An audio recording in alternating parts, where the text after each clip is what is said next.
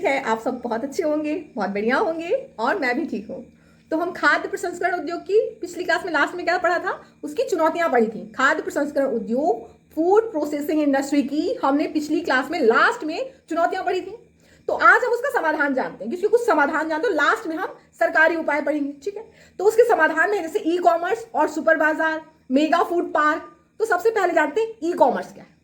E commerce का मतलब होता है जहां ऑनलाइन माध्यम से क्रय विक्रय किया जाता है। ऑनलाइन माध्यम से क्या किया जाता है, वस्तु और सेवा को खरीदा जाता है, उसको बेचा जाता है। जैसे देखिए मैंने आपको बोर्ड में आराम से समझाया इसको। तो एफपीआई, फूड प्रोसेसिंग इंडस्ट्री, खाद्य प्रसंस्करण उद्योग में हम देखते हैं कि ई कॉमर्स की कैसी भूमिका। देखिए होता क्या है, जैसे एक खेत है, ठीक है, खेत से गया किसान के पास से कहां गया, प्रसंस्करण के लिए। ठीक है, उत्पाद डायरेक्ट खेत से प्रसंस्करण के लिए जाता था पहले, ठीक है, फिर थोक विक्रेता लेता था, फिर रिटेलर लेता था, फिर उपभोक्ता होता है। ठीक है, लेकिन ई कॉमर्स जो है हमारा, ई कॉमर्स का अर्थ है ऑनलाइन वस्तु और सेवा की खरीद और बिक्री। ठीक है, तो अब ई कॉमर्स से क्या हुआ, खेत से प्रसंस्करण हुआ, प्रोसेस्ड हुआ ये, ठीक है, उत्पाद हमारा। इसके बाद ई कॉमर्स के माध्यम से तुरंत उपभोक्ता को प्राप्त हो जा रहा है, ऑनलाइन माध्यम से तुरंत उपभोक्ता को प्राप्त हो रहा है। देखिए यहाँ पर पहले एक चेन थी, है ना, एक रैखिक चेन थी, एक लीनियर चेन थी कि खेत से फिर प्रसंस्करण होगा, फिर थोक विक्रेता, फिर रिटेलर, फिर उपभोक्ता। लेकिन अब क्या हो रहा है, देखिए ई कॉमर्स में डायरेक्ट उपभोक्ता को क्या हो रहा है, प्राप्त हो रहा है।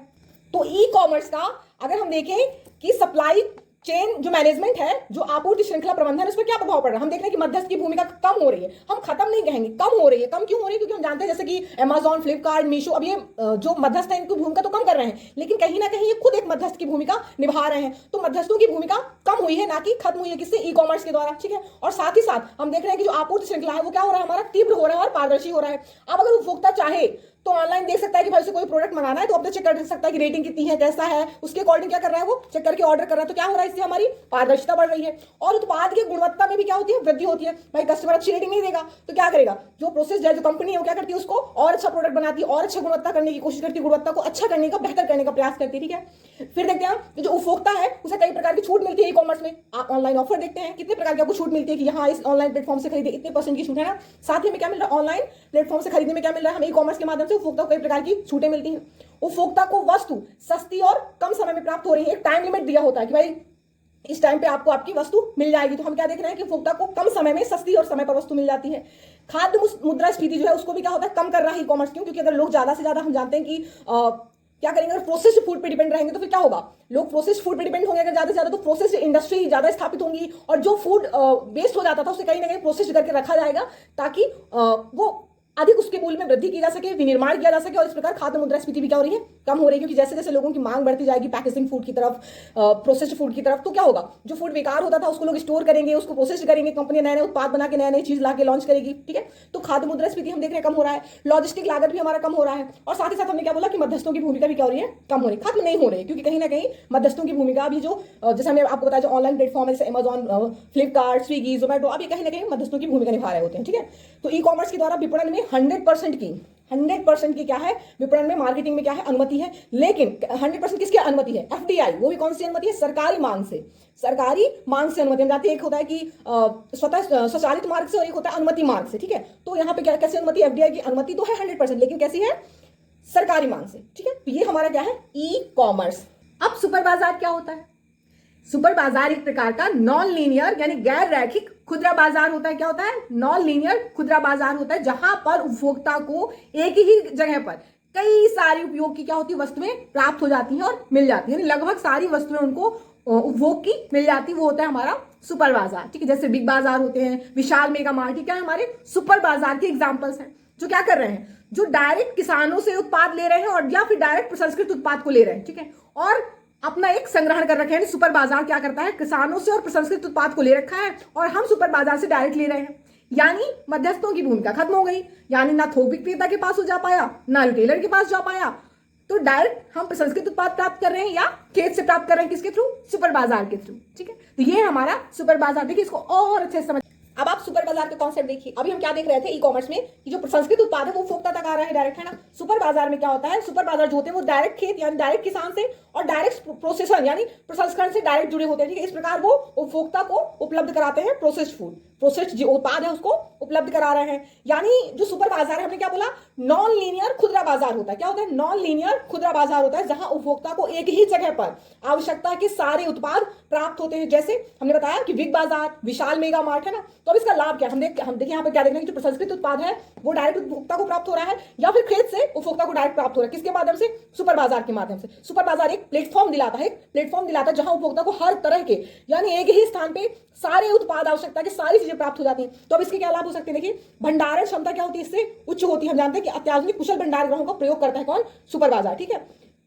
दूसरा यानी कोल्ड स्टोरेज का प्रयोग कर। दूसरा हम क्या देखते हैं कि मध्यस्थों की भूमिका समाप्त हो रही है सुपर बाजार के माध्यम से। तीसरा हम देखते हैं कि उपभोक्ता को एक ही स्थान पे कई सारी चीजें मिल जा रही हैं और उपभोक्ता को कई प्रकार की यहाँ छूटें भी मिलती हैं।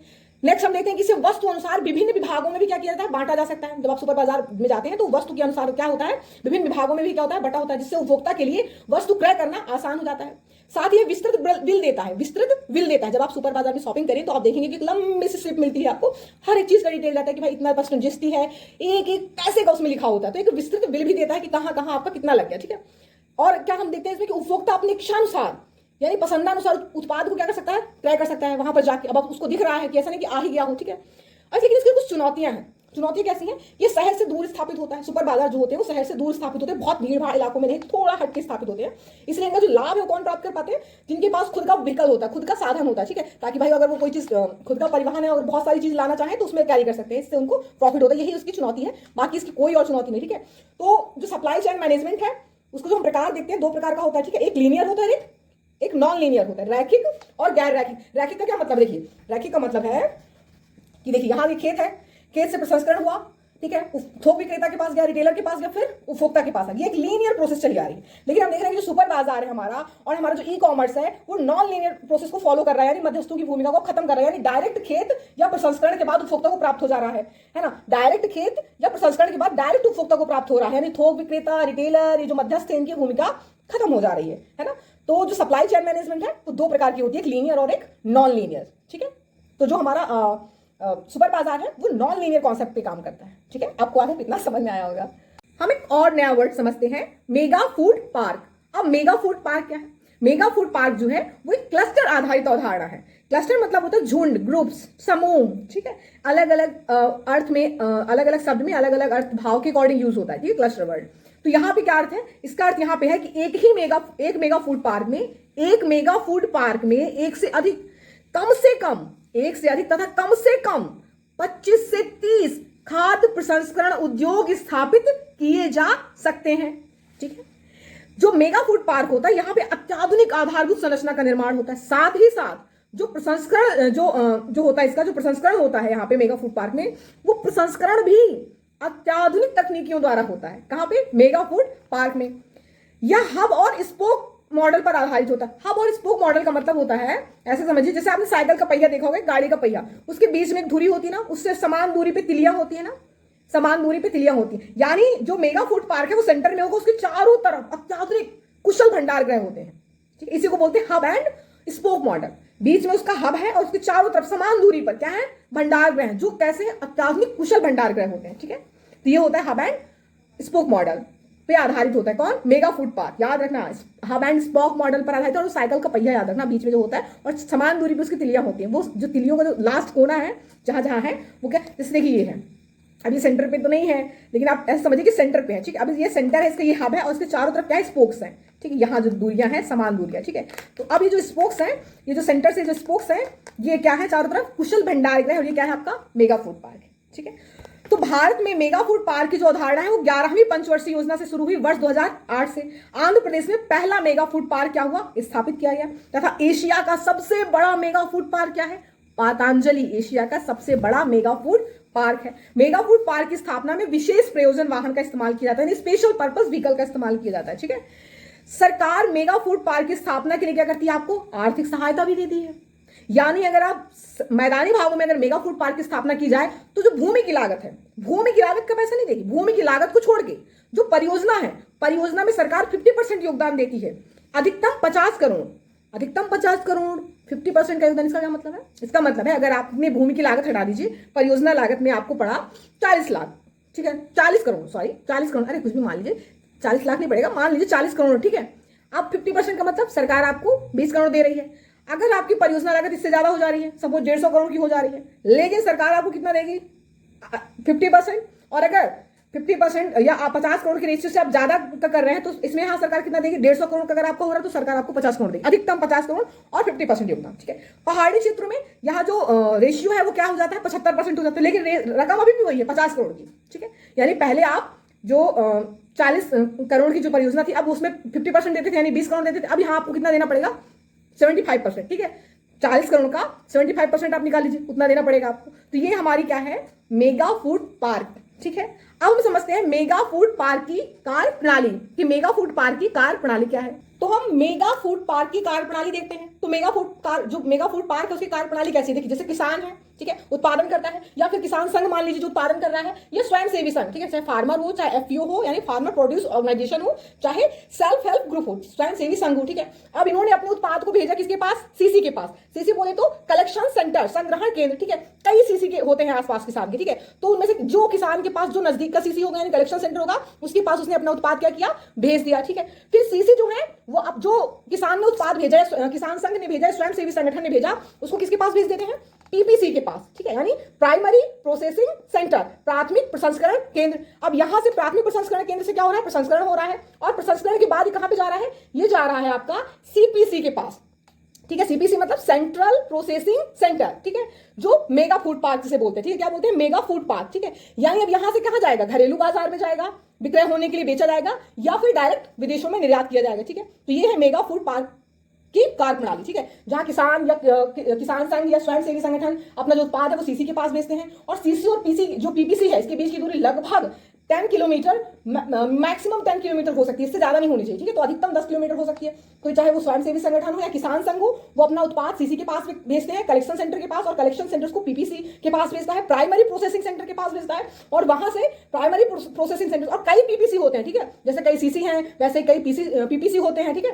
तो फिर यहां से कहां जाता है, पीपीसी के बाद कहां जाता है, सीपीसी के पास, ठीक है। यानी मेगा फूड पार्क से बोलते हैं, जहां से डायरेक्ट घरेलू बाजार में या तो विक्रय होता है या फिर विदेशों में निर्यात कर दिया जाता है। यानी प्रसंस्कृत उत्पाद है उसमें क्या हो रहा है, हम देख रहे हैं परिवर्तन हो रहा है। कैसा परिवर्तन, उसमें मूल्यवर्धन होगा और विनिर्माण, पैकेजिंग लेबलिंग हो रही है, जिससे उसके मूल्य में क्या हो जा रही है, वृद्धि। जो आलू आप 10 रुपए किलो 20 रुपए किलो खरीद रहे हैं, वही आलू का चिप्स जब बन के आता है, आप देखते हैं थोड़े से चिप्स में 10 रुपए की छोटी सी पैकेट में थोड़ी सी गिनती की 5-6 चिप्स होते हैं ना, तो उसके मूल्य में क्या हो रहा है, वृद्धि हो रही है, ठीक है। ये मेगा फूड पार्क की कार्य प्रणाली है। अब हम थोड़ा समझते हैं सरकार द्वारा क्या उपाय किए जा रहे हैं, सरकार द्वारा क्या प्रयास किए जा रहे हैं। तो फर्स्ट ऑफ ऑल समझते हैं कि सरकार ने एक योजना शुरू की थी 2020 में, प्रधानमंत्री यानी पीएमएफएमई योजना, प्रधानमंत्री formalisation of micro food processing enterprise, ठीक है, जिसका जो 5 वर्ष के लिए किया गया था, 2020 में शुरू किया गया, तो मतलब वित्तीय वर्ष 2024-25 के लिए किया गया, ठीक है। जहां पे जो कि एक क्या है, जो कि एक केंद्रीय क्षेत्रक योजना है, ठीक है। पीएमएफएमई क्या है, केंद्रीय क्षेत्रक योजना है, जो 5 वर्ष के लिए किया गया, वित्तीय वर्ष 2024-25 अभी चल रहा है, ठीक है। केंद्र, जिसमें केंद्र और राज्य दोनों की भागीदारी है, केंद्र के 60% और राज्य की 40%, यानी रेशियो कितना है, 60:40, ठीक है, 60:40 है।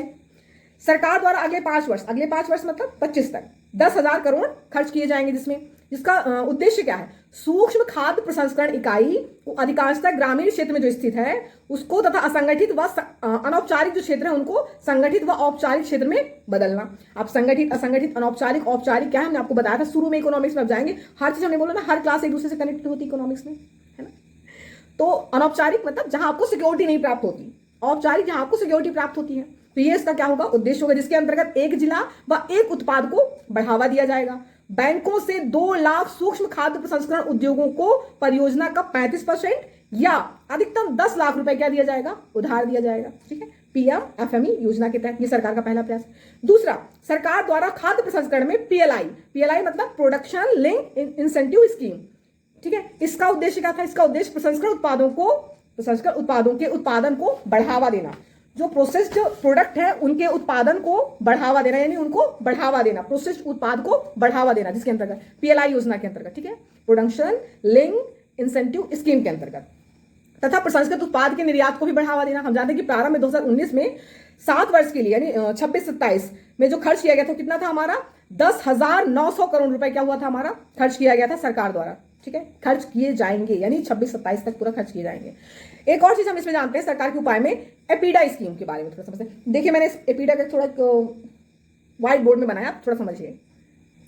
तो पहले तो हम जानते हैं एपीडा का फुल फॉर्म क्या है। देखिए क्या फुल फॉर्म है, agricultural and processed food products export development authority, कृषि और प्रसंस्कृत खाद्य उत्पाद निर्यात विकास प्राधिकरण। ठीक है, तो एपीडा की जो स्थापना है वो दिसंबर 1985 में संसद द्वारा पारित एपीडा अधिनियम के तहत कब होता है, 13 फरवरी 1986 में किया गया। यह उद्योग एवं वाणिज्य मंत्रालय के क्या है, अंतर्गत आता है। एपीडा में जो सदस्य हैं वो केंद्र सरकार द्वारा 8 सदस्य निर्धारित किए जाते हैं, चुने जाते हैं, नियुक्त किए जाते हैं। कैसे, 8 क्षेत्रों से, जिसका प्रधान कार्यालय कहाँ है, नई दिल्ली में है, तथा इसके क्षेत्रीय कार्यालय कितने हैं, 16 हैं। ठीक है, ये आपका एपीडा है, जिसका उद्देश्य क्या है, वही खाद्य प्रसंस्करण उद्योग में सुधार करना। ठीक है, तो एपीडा का उद्देश्य क्या है, खाद्य प्रसंस्करण जो उद्योग है उसको क्या करना, बढ़ावा देना, उसके निर्यात को बढ़ावा देना, उसके एक्सपोर्ट को बढ़ावा देना। और सरकार बाकायदे जो एपीडा जो निर्यातक जो होते हैं, एपीडा के अंतर्गत जो निर्यातक होते हैं, प्रोडक्ट जो प्रसंस्कृत उत्पाद का जो निर्यात करते हैं, जो लाइसेंस धारक हैं, उनको बाकायदे वित्तीय सहायता भी देती है विभिन्न परियोजनाओं के अंतर्गत। ठीक है, तो ये सरकार के द्वारा हमने बताया एपीडा स्कीम, पीएमएफएमई और एपीडा। नेक्स्ट क्या हम देखते हैं सरकार द्वारा जो उपाय किया जा रहा है। सरकार द्वारा 1988 में देश में खाद्य प्रसंस्करण को बढ़ावा देने के लिए खाद्य प्रसंस्करण उद्योग मंत्रालय की भी स्थापना की गई थी। साथ ही साथ सरकार द्वारा वर्ष 2016 में संपदा योजना को शुरू किया गया, और संपदा योजना का बाद में नाम बदलकर क्या नाम रख दिया गया, किसान संपदा योजना कर दिया गया। ठीक है, यह एक अम्ब्रेला कार्यक्रम है जिसके अंतर्गत एफपीआई फूड प्रोसेसिंग इंडस्ट्री से संबंधित अनेक कार्यक्रम को क्या किया जा रहा है, चलाया जा रहा है। जैसे मेगा फूड पार्क हो गया, एकीकृत कोल्ड चेन योजना इत्यादि क्या है, हमारे सरकार द्वारा चलाई जा रही हैं। ठीक है, अम्ब्रेला कार्यक्रम के अंतर्गत। अब इसका उद्देश्य क्या है, जो अभी हमने बताया, कृषि उत्पादन को बढ़ाना, फसलों की बर्बादी को कम करना, साथ ही साथ क्या करना, रोजगार का सृजन करना, यानी लगभग 20 लाख रोजगार का सृजन करना प्रत्येक वर्ष। ठीक है, तो सरकार द्वारा शीघ्र खराब होने वाले जो मूल्य स्थिरीकरण के लिए वर्ष 2019 में ऑपरेशन ग्रीन को भी शुरू किया गया, जिससे टॉप से संबंधित है। टॉप मतलब होता है टमाटर, प्याज, आलू। ठीक है, टोमेटो, पोटैटो, ऑनियन। ठीक है, जिसे वर्ष 2021 में इसे टॉप से बदलकर टोटल कर दिया गया, अर्थात शीघ्र खराब होने वाली 21 फसलों को इसमें शामिल किया गया। ये सरकार की नेक्स्ट स्कीम है। आगे हम देखते हैं कि सरकार द्वारा एफपीआई को औद्योगिक लाइसेंस अधिनियम, जो फूड प्रोसेसिंग इंडस्ट्री है, उसको औद्योगिक लाइसेंस अधिनियम 1951 से क्या कर दी गई, छूट दे दी गई है। यानी IRDA एक्ट 1951, यानी इंडस्ट्रियल रेगुलेशन डेवलपमेंट एक्ट 1951 से छूट दे दी गई है फूड प्रोसेसिंग इंडस्ट्री को, ताकि ये और लिबरलाइजेशन आए। इसी को क्या बोलते हैं, उदारीकरण।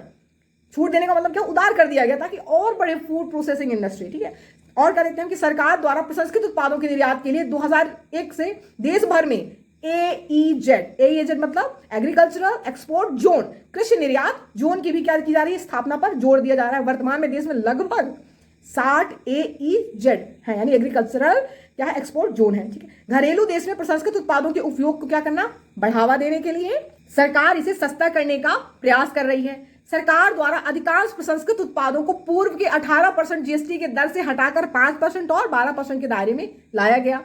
साथ ही साथ सरकार द्वारा एफपीआई यानी फूड प्रोसेसिंग इंडस्ट्री में विदेशी निवेश को भी आकर्षित करने के लिए एफडीआई की सीमा को बढ़ाकर, यानी फॉरेन डायरेक्ट इन्वेस्टमेंट को बढ़ाकर 100% स्वचालित मार्ग से कर दिया गया। स्वचालित मार्ग का मतलब होता है बिना अनुमति मार्ग। एक होता है ना सरकार से मांग द्वारा, सरकार की अनुमति जिसको बोलते हैं अनुमति मार्ग, एक होता है स्वचालित मार्ग। ठीक है, तो स्वचालित मार्ग से 100% अनुमति कर दी गई है। ई वाणिज्य के अंतर्गत प्रसंस्कृत उत्पादों के विपणन में एफडीआई की सीमा को 100% सरकारी मार्ग से किया गया। नेक्स्ट हम देखते हैं कि सरकार द्वारा देश में खाद्य प्रसंस्करण उद्योग को बढ़ावा देने के लिए मेगा फूड पार्क की भी क्या की गई, स्थापना की गई, वही जो हमने आपको बताया है, और इसकी स्थापना और की जा रही है। भारत में मेगा फूड पार्क की स्थापना 11वीं पंचवर्षीय योजना से शुरू हुई। वर्तमान में देश में 23 मेगा फूड पार्क संचालित है। सबसे पहला mega food park Andhra Pradesh में स्थापित किया गया था, जबकि किसान संपदा योजना के अंतर्गत देश में 42 मेगा फूड पार्क की क्या है, स्थापना का लक्ष्य रखा गया है, और अभी तक 23 हो चुके हैं। तो ये सरकार द्वारा उपाय है फूड प्रोसेसिंग इंडस्ट्री में सुधार के लिए। ठीक है, उपाय है कुछ। आई होप आपको आज की क्लास अच्छी लगी होगी, समझ में आया होगा, और यहीं से आपका फूड प्रोसेसिंग इंडस्ट्री खत्म होता है, खाद्य प्रसंस्करण उद्योग खत्म होता है। तो बहुत ज्यादा लॉजिक वाली चीज नहीं थी, समझने वाली चीज थी, डाटा इत्यादि था। ठीक है, नेक्स्ट आपका शुरू होगा नियोजन। ठीक है, चलिए मिलते हैं अगली क्लास में। हंसते रहिए, मुस्कुराते रहिए, अपना ख्याल रखिए। जय हिंद, जय भारत, गुड नाइट।